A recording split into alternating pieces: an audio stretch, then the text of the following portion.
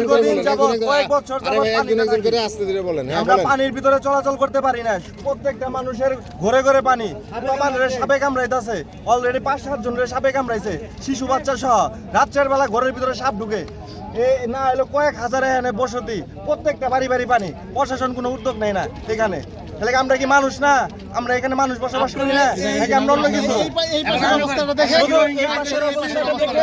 একজন করে ঘুরে আসে যদি এই পাশের অবস্থাটা দেখেন তাহলে বুঝতে পারবেন। আর ক্যামেরা ঘুরে এই পাশে যদি একটু দেখেন তাহলে বুঝতে পারবেন কত বড় বৈষম্য সৃষ্টি করে রাখছে পৌরসভা থেকে।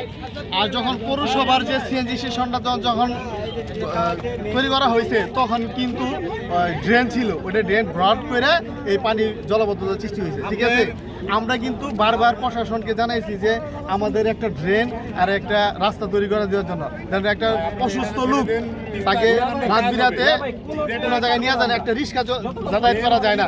আর এইদিকে রেলের যে ভেঙে গেছিল, এটা ভাঙতে রেলের পর্যন্ত চলে আসে, একটা দুর্ঘটনা, বড় ধরনের একটা দুর্ঘটনার শিকার হইতে পারে।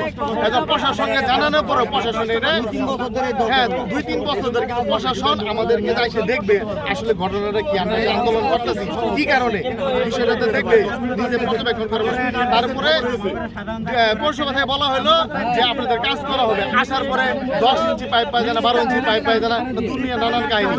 জামালপুর পৌরসভাধীন শেখের বেটা এলাকায় ইদানিং এই অতিবৃষ্টির জন্য জলাবদ্ধতার সৃষ্টি। জলাবদ্ধতার জন্য এখানকার যে বসবাসকারী লোকজন তাদের বাড়িতে এবং রাস্তাঘাটে পানি উঠে যায়। এটা নিষ্কাশনের দাবিতে তারা এখানে রাস্তা অবরোধ করে এবং দেওয়ানগঞ্জ হতে ঢাকাগামী কমিউটার ট্রেনটি অবরোধ করার চেষ্টা করে। সংবাদপত্রের সাথে সাথে দ্রুত আমরা ঘটনাস্থলে আসি, পৌরসভার লোকজন আসে। পৌরসভার লোকজন আশ্বাস দিয়ে যে তারা আজকেই এখনই কাজ শুরু করবে এবং জলাবদ্ধতা নিরসনের চেষ্টা করবে। এই আশ্বাসের ভিত্তিতে তারা রেল লাইন এবং রাস্তা অবরোধ ছেড়ে দেয় এবং ট্রেনটি যথাসময়ে চলেছে এবং রাস্তায় যান চলাচল স্বাভাবিক হয়েছে।